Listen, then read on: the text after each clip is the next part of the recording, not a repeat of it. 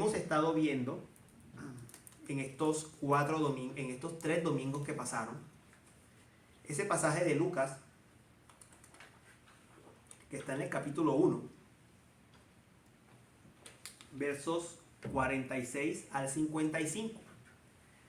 En sus guías, en los boletines no está todo, está solamente la última porción, que es la que vamos a ver el día de hoy. Pero hemos visto Lucas capítulo 1 versículos 46 al 55. Esa porción de las escrituras se le conoce con el nombre del Magnificat. ¿Por qué se le llama así? Magnificat significa engrandecer. Y en ese cántico María empieza diciendo: engrandece mi alma al Señor. Por eso se le llama así.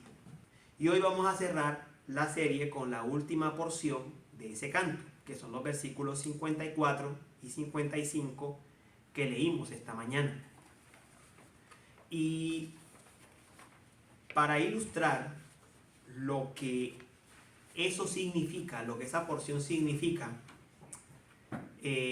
lo voy a hacer con una historia de niños que creo que todos conocemos, o si no la conocemos, por lo menos la hemos escuchado mencionar. Y es la historia de la Bella Durmiente. Ese cuento de niños de la Bella Durmiente, que para los que no lo sepan es una alegoría cristiana. De hecho, es una alegoría cristiana, es decir, es contar la historia cristiana desde una historia fantasiosa. La Bella Durmiente es una historia conocida. Se trata de que en un reino había nacido una princesa llamada Aurora, una princesa muy hermosa, y esa princesa empezó a recibir algunos regalos de sus hadas, que cada una le dio algo diferente, y había una bruja malvada envidiosa que profirió un conjuro y había dicho que la niña moriría a los 16 años cuando se pinchara con una aguja. Resulta que quedaba una hada por dar su don, su regalo, y esa última hada dijo: bueno, la niña no va a morir, sino que va a caer dormida y luego vendrá un príncipe y la besará y serán felices y todos despertarán del sueño. Para no alargar la historia, lo que ocurre es que pasan los 16 años, Aurora se pincha con la aguja finalmente, por más que lo evitaron, cae dormida, y luego que cae dormida aparece un príncipe que viene de un reino de afuera, viene de un reino lejano. Y este príncipe que viene de un reino lejano encuentra la situación, ve a la princesa durmiente, a la Bella Durmiente, le da el beso de amor, y ahí termina la historia de la Bella Durmiente. Entonces, ¿para qué cuento esa historia de niños? Para ilustrar la historia del día de hoy, o lo que nos dice el pasaje del día de hoy. El pasaje del día de hoy nos muestra, es muy parecido a lo que cuenta esa historia de la Bella Durmiente. Es decir, el pasaje de hoy nos muestra que Israel, siervo de Dios, como se nos narra en el pasaje, por su desobediencia fue al cautiverio en Babilonia, por ser desobediente. Pero a pesar de que Israel fue desobediente yendo al cautiverio, las promesas de Dios de que Él traería a su Mesías y los levantaría permanecían firmes. Las promesas permanecían constantes. Y entonces lo que María está viendo, o lo que María está experimentando en este cántico, ya en esta porción final, es que ella sabe que este hijo que está concibiendo, que es el Hijo de Dios, es aquel que viene a ayudar a Israel y levantar a Israel para liberarlos del cautiverio, del pecado. Entonces voy a repetir los versículos 54 y 55 que leímos. Allí dice: ha ayudado Israel su siervo, para recuerdo de su misericordia, tal como dijo a nuestros padres, a Abraham y a su descendencia para siempre. Entonces, el sermón de hoy se titula Engrandece mi alma al Señor, parte 4, esta es la parte final, y va a tener 4 puntos. El primero es la introducción, siempre introduzco el pasaje para conectarlo con lo que viene. El segundo es quién es el receptor de la misericordia, vamos a hablar de Israel como siervo. Tercero, para quién es la promesa de la misericordia, o de quién es la promesa de la misericordia. Y el cuarto es el fundamento de esa misericordia. Entonces vamos a empezar viendo la introducción. Ya brevemente lo dije. Este cántico surge cuando Elizabeth le dice a María: bienaventurada la que creyó que tendrá cumplimiento lo que le fue dicho de parte del Señor. Ojo, no es bienaventurada porque ella misma sea sin pecado, ¿no? O como lo enseñaría la Iglesia Católica Romana. Es bienaventurada porque ella creyó que se cumpliría lo que el Señor dijo. Que se cumpliría que ella sería la madre del Señor. Por eso es que es bienaventurada, no porque ella sea sin pecado, como afirma el catolicismo romano. Es bienaventurada porque tendrá cumplimiento lo que le fue dicho de parte del Señor. Ahora, bienaventurada, ¿por qué? Porque el esposo de Elizabeth, Zacarías, cuando se le anunció que Juan el Bautista iba a nacer de su esposa ya mayor, Zacarías no creyó. Y como no creyó, se quedó mudo hasta que el niño nació. Pero María cree. Y en vez de Zacarías, que queda mudo por no creer, resulta que María estalla en esta canción. Ese gran contraste del pasaje. María estalla en esa canción y empieza a expresar todo lo que ella siente debido a que está concibiendo al Señor, al Hijo de Dios en su vientre. Y el pasaje dice varias cosas, no lo voy a alargar mucho. Lo primero es que María reconoce que ese Hijo que está dentro de ella es el Salvador de ella. Ella dice: se regocija en mi alma en Dios mi Salvador. Ella sabe que necesita un Salvador y que ese niño que está en su vientre es el Salvador de María. Y ella entonces se presenta como la esclava del Señor y el Señor puede hacer con ella lo que bien le parezca. En este caso, concebir al niño. Lo segundo es que esa misericordia que recibe María de ser la que concibe al Señor, resulta que se va a extender a todas las generaciones. Ella sabe que ese es solo el comienzo, que la misericordia del Señor a partir de ahí se iba a extender a todo el mundo, a gente de todas las naciones, de todas las generaciones. Ese es lo segundo que dice el cántico. Y lo tercero, que lo vimos el domingo pasado, es que María sabía que esto iba a suceder porque Dios en el pasado siempre había defendido a su pueblo haciendo algo. Humillando a los soberbios y exaltando a los humildes. Los soberbios, aquellos que no creen en el Señor siempre los humilla.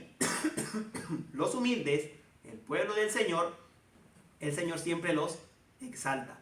Ella sabía que el Señor entonces iba a exaltar a su pueblo. ¿Dándole a quién? Dándole a su Mesías, dándole a su Salvador. Eso es lo que hemos visto hasta ahora en el Magnífica, en este cántico. Estamos preparados entonces para ver la segunda parte, o el segundo punto. ¿Quién es el receptor de esta misericordia? Y dice en el verso 54, ha ayudado a Israel, su siervo. Mire quién es el que recibe la ayuda. Israel, su siervo. Eso es importante notarlo. ¿Por qué dice siervo? Porque la palabra siervo indica la relación especial que tenía el Israel del Antiguo Testamento con su Dios. Ya explico eso. Pero además dice que Dios viene a ayudarlo. Y es importante saber qué significa la palabra ayudar aquí. La palabra ayudar aquí no es simplemente apoyarte o colaborarte con algo. Ayudar aquí es literalmente levantarte de donde estás caído. Y viene a hacerlo con este que es llamado su siervo. Entonces, ¿por qué Israel es llamado aquí siervo? El término siervo que se utiliza aquí es la palabra paidos. Usted me dirá, bueno, ¿y eso para qué tiene que ver aquí? Paidos significa tanto siervo como hijo. Esa palabra paidos nosotros la utilizamos todos los días en el español, muchas veces. Pediatría, pedagogía, vienen de ahí. Y cuando uno dice pediatría, ¿de qué está hablando? De niños, de la salud, de los servicios médicos que se le presentan a los niños. se le ofrecen a los un niños. niño. Y cuando hablamos de pedagogía, estamos hablando de la educación especial para niños. Entonces, ese es el término que se utiliza aquí como siervo, paidos. Entonces, cuando Dios dice que Israel es su siervo, Él está hablando de Israel como su hijo siervo. Como su hijo siervo. ¿Cómo Israel era el hijo siervo de Dios? Bueno, cuando Dios sacó a Israel de Egipto, Dios le dijo a Faraón: deja salir a mi hijo para que me sirva.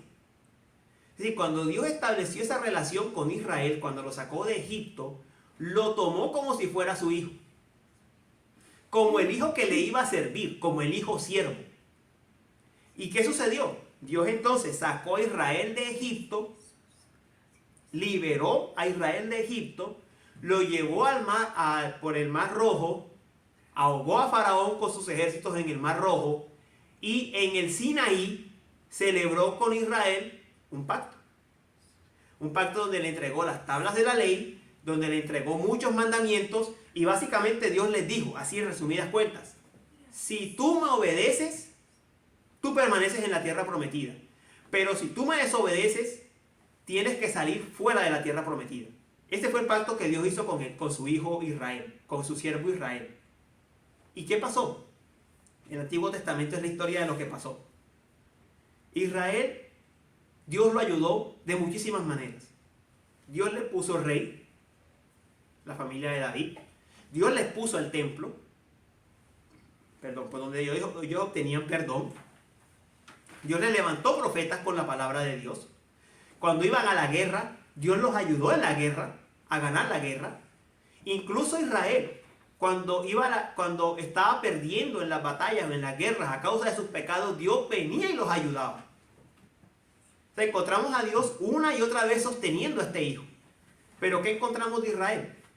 Apostasía, desobediencia, y eso es lo que leemos en los libros de los profetas. No es sino leer los libros de Isaías, Jeremías y todos los profetas, y lo que encontramos una y otra vez es Israel desviándose. ¿Cuál fue la consecuencia? Dios lo dijo: van al exilio. ¿Qué fue lo que Dios hizo? Los mandó al exilio. Las tribus del norte desaparecieron, 10 tribus desaparecieron, y nada más quedó Judá, la tribu de Leví, los del sacerdocio, y algunos de Benjamín. Solo quedó un remanente pequeño. Entonces, este Israel está caído, se fue al exilio, regresaron a la tierra prometida, pero aunque regresaron, no tenían rey. Cuando María escribió este cántico, ¿quiénes eran los que gobernaban sobre Israel? Los romanos. No tenían rey. No tenían independencia propia.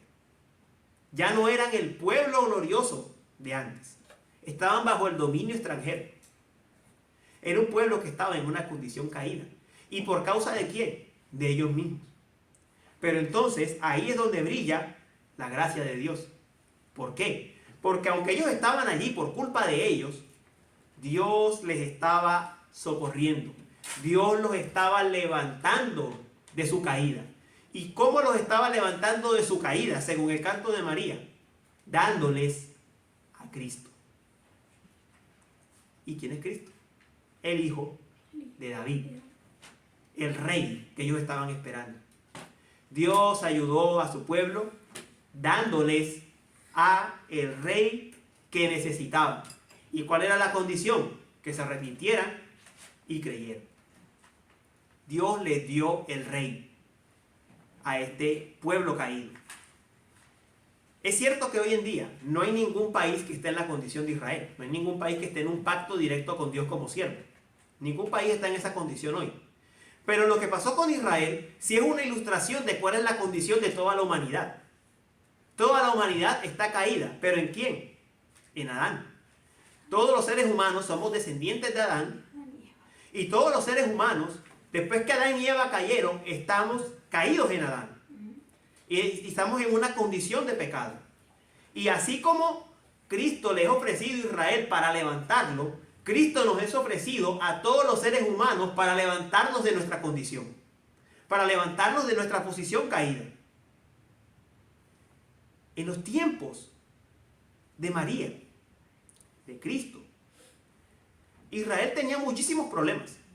Estaban bajo un dominio extranjero, tenían problemas económicos, tenían problemas sociales, tenían problemas políticos, pero Cristo no vino por nada de eso.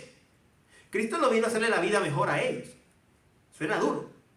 Hay personas que vienen y buscan a Cristo, o vienen y buscan la iglesia de Cristo, porque quieren que se les mejore su situación económica, porque quieren que les ofrezcan alguna salida a sus problemas en esta ciudad o en esta vida.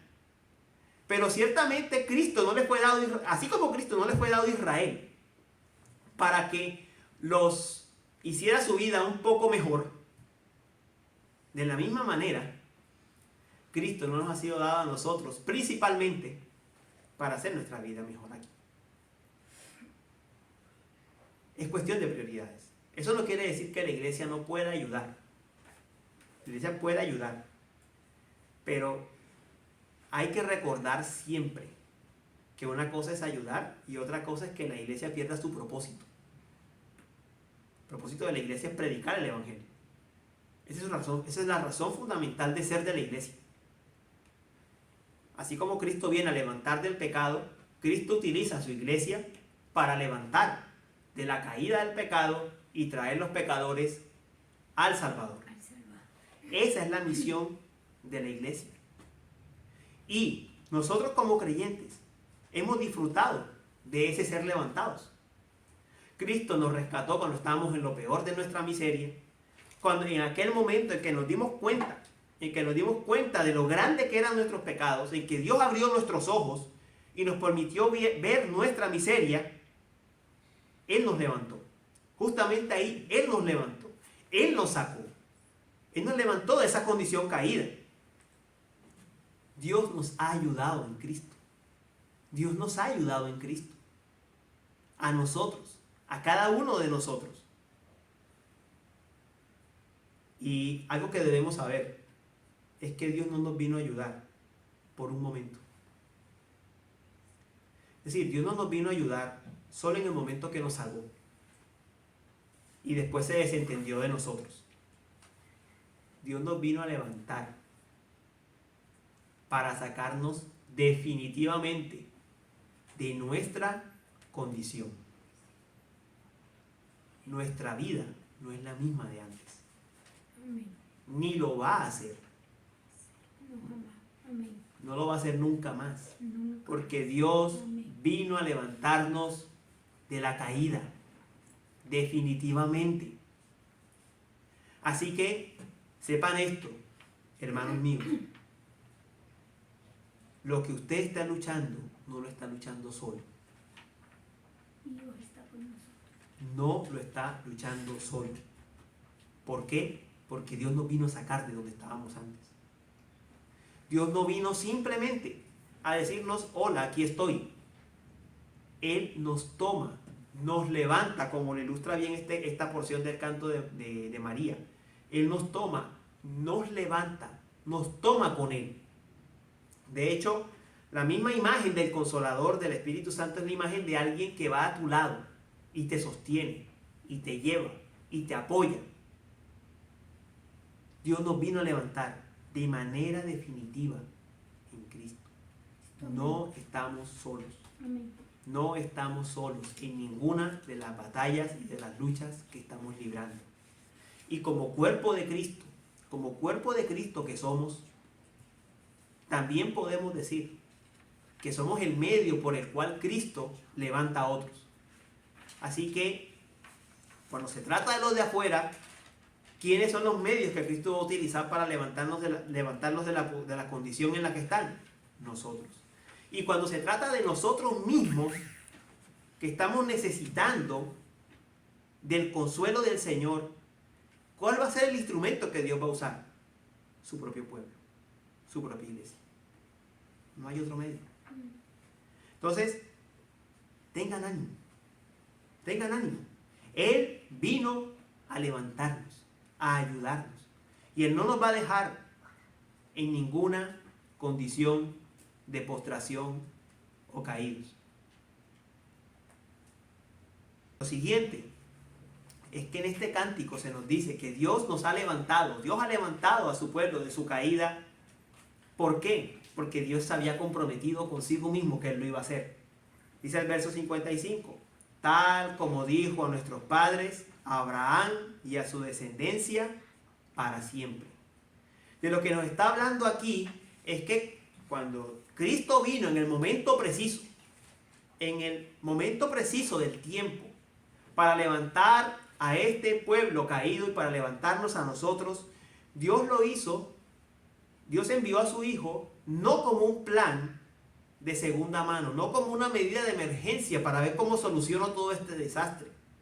Es que Dios ya había prometido que Él iba a enviar a su Hijo, que Él se lo había prometido a los padres, a todos esos creyentes del Antiguo Testamento a quienes les había dado las promesas. Él ya lo había dicho, que Él lo iba a hacer. Dios no es caprichoso. Dios no es caprichoso.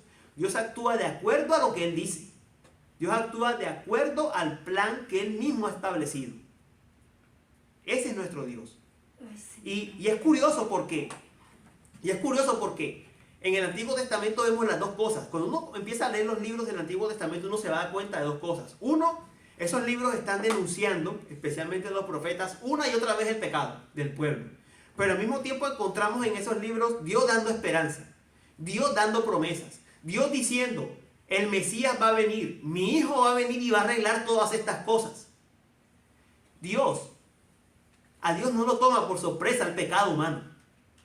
Eso lo tenemos que tener claro. A Dios no lo toma por sorpresa el pecado humano. Dios conoce el pecado humano. Dios sabe cuál es la condición de cada uno de nosotros y de las personas por las que hemos estado orando tanto y por aquellos que están afuera. Él lo sabe. Pero Él también ha dado esperanza. Y la esperanza que Él la da en Jesucristo. Porque Él lo ha prometido. Él ha prometido dar a su Hijo. Y lo dio. Tenemos aquí a María cantando. Concibiendo a Jesús. Siendo consciente de que ese niño que estaba allí era el niño prometido. Desde hacía muchísimo tiempo. Mire, no sé cuántas promesas se le podían pasar a María en la cabeza. Tal vez recordando que cuando Adán y Eva cayeron, Dios dijo, pondré enemistad entre ti y la mujer, y entre tu simiente y su simiente. Él te herirá en la cabeza y tú le herirás en el calcañar. Recordando esa promesa, o recordando la promesa a Abraham, bendeciré a los que te bendigan, y al que te maldiga maldeciré, y en ti serán benditas todas las familias de la tierra. Recordando todas las promesas de Dios que estaban allí, una y otra vez anunciando, el Mesías va a venir, Cristo va a venir, y Él es el que va a venir a restaurar y a salvar a su pueblo. Dios no actúa porque las cosas le tomen por sorpresa. Dios no es un apaga-incendio.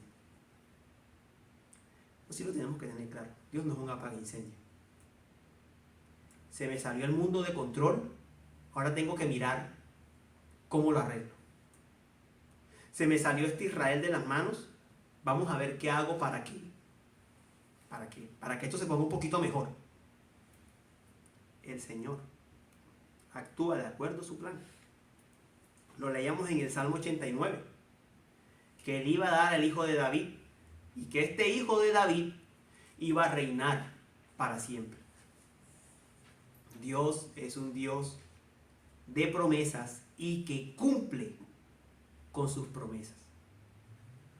Y que Él cumple con cada una de sus promesas. Nosotros estamos viviendo incluso en un tiempo mejor que vivió María. Incluso en un tiempo mejor. Y usted me dirá, pero hermano, ellos vieron a Jesús caminando. Iba Jesús caminando. Ella lo tenía en el vientre. Resulta que nosotros vivimos no con un bebé que no había completado su obra. Nosotros vivimos después que Cristo completó su obra. Y que está ascendido en gloria reinando sobre los vivos y los muertos. Allí está el que es Dios y es hombre, reinando sobre los vivos y los muertos. Allí está, en el trono celestial reinando. Ahí tenemos a uno que es como nosotros, que antes no estaba allí, como Dios y como hombre. Allí está reinando sobre vivos y muertos. Y ese que es como hombre, hombre y Dios, y ese que es hombre y Dios, derramó su espíritu. Y por su espíritu vive en nosotros. Él ha cumplido sus promesas. Y lo que nosotros vemos en nuestras vidas, los cambios, la transformación que Cristo ha hecho, no es sino el cumplimiento de las promesas de Dios. Voy a decirlo de esta forma. Cada uno de ustedes no es sino la demostración de que Dios es fiel. Amén. De que Dios es fiel a sí mismo. Cada uno de ustedes demuestra que Dios es fiel consigo mismo. Amén. El hecho de que hoy estemos aquí reunidos es la demostración de que Dios es fiel con Él mismo. Y esa es la única garantía que tenemos. Nosotros cambiamos. Nosotros nos hacemos diferentes. Nos dicen algo, la palabra, ten cuidado cuando tú emitas un voto de tu boca. Porque nosotros cambiamos. Nosotros, ¿cuántas veces no hemos dicho cosas de las que después nos tenemos que arrepentir? De las que después tenemos que decir, uy, yo no debí decir eso, no me debí comprometer con eso. Pero Dios es el único que no cambia. Y sus promesas no cambian. Y gracias a que Él no cambia ni sus promesas, es que Él envió a Cristo. Y estamos disfrutando ahora de todos los beneficios de la obra de Cristo. Tal como Él lo había prometido desde hace muchísimo tiempo atrás. La gloria sea al Señor y no a nosotros. Y no a nosotros. Amén, gloria a Dios. Y las promesas, estas promesas, ¿en qué se basan? El último punto, en la misericordia. Dice la segunda línea del verso 54, para recuerdo de su misericordia. Para recuerdo de su misericordia. ¿Por qué Dios dio sus promesas? Por misericordia. No por justicia. Si es por justicia, ¿qué mereciéramos todos? Condenación. Condenación. Si es por su santidad, bueno, que también da sus promesas por su santidad, pero si fuera solo por su santidad, nos tendría que eliminar. Pero al tener misericordia de nosotros, es por eso que Él dio esas promesas y cumplió con sus promesas. O sea, cuando estamos hablando de Dios actuando para rescatar a su pueblo, estamos hablando de algo que está muy por encima de nosotros mismos. Porque es cuando empezamos a hablar acerca de la misericordia de Dios, estamos hablando de algo, de esa compasión que Él tiene por quien no posee nada, en este caso por quien no posee vida espiritual en Él, por quien no posee su salvación. Estamos diciendo que esa misericordia de Dios, esa compasión, es una compasión eterna. Él dijo, con amor eterno te he amado, por tanto te prolongué mi misericordia. Es una misericordia eterna, es un amor eterno. Es un amor que es fiel, que nunca cambia. Nosotros cambiamos, Él no cambia. Dice el apóstol Pablo, si nosotros fuéramos infieles, Él seguiría siendo fiel, porque Él no puede negarse a sí mismo. Es por esa misericordia fiel, por esa misericordia eterna, por esa compasión que Él ha tenido de nosotros, que nosotros podemos confiar en Él. Y que Él ha cumplido, y que no solo ha dado sus promesas, sino que las ha cumplido. En otras palabras, Él ha cumplido porque Él es Dios. Tan sencillo como suena eso, pero tan profundo como es. Él ha tenido misericordia de nosotros. Él ha cumplido sus promesas en nosotros porque Él es Dios. Él no es hombre para que mienta, ni hijo de hombre para que se arrepienta. Él es Dios. El fundamento de nuestra salvación está en algo que está por encima de nosotros. Que está por encima de nosotros. Es algo que nosotros no podemos comprender aún completamente. Que Dios tenga misericordia eterna de nosotros. Amén. O sea, yo quisiera que nos examinásemos un poco lo que nuestras vidas eran antes. Y pensáramos, ¿quién soy yo para que Dios tenga misericordia de mí y me la siga extendiendo todos los días? Yo quisiera que pensáramos cuántas veces nosotros mismos en nuestros pensamientos, incluso aún ya siendo creyentes, pensado cosas de Dios que no deberíamos pensar. Y aún así, su misericordia no la sigue extendiendo. Es una misericordia eterna, es una misericordia que es fiel. Es una misericordia que es infinita, no tiene fin. Es una misericordia que está en todo lugar. Es una misericordia que está allí a pesar de saber perfectamente quiénes somos nosotros. No por nosotros, sino por amor de su nombre. Es que Él es misericordioso con nosotros. Hermanos míos, este es el Evangelio y por eso es que el Evangelio humilla al ser humano. Porque nosotros no tenemos nada con qué presentarnos delante de Dios, solamente pecado. Y aún así, Dios rescata a seres humanos como nosotros. Y aún así Él nos rescata y nos salva y nos sostiene en esta vida. Y nos promete la eternidad con Él. Amén. ¿Qué clase de Dios, de Señor es este? ¿Qué clase de Dios es este? Que es capaz de tener tal amor por criaturas como nosotros. Amén. Ese es el Dios que se reveló en Jesucristo, que encarnó en ese pequeño bebé, cumpliendo todas las promesas que había dado.